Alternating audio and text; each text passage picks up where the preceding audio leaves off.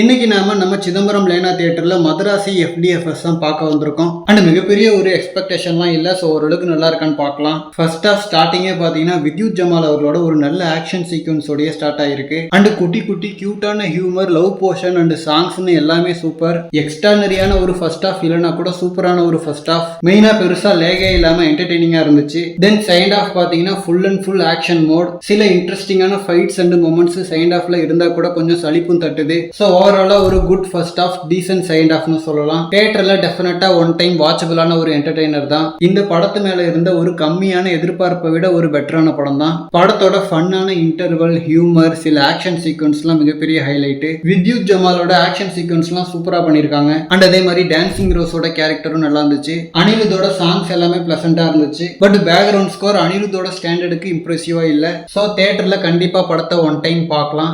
AR Murugadoss அவர்களோட ஒரு சின்ன கம்பேக்னு சொல்லலாம். ஃபேமிலி அண்ட் கிட்ஸோட தாராளமா பார்க்கலாம். எஸ்பெஷலி ஃபர்ஸ்ட் ஹாஃப் என்டர்டெய்னிங்கா இருக்கும். அண்ட் படம் பார்த்தவங்க உங்களோட ஒப்பீனியனை கமெண்ட்ல ஷேர் பண்ணுங்க.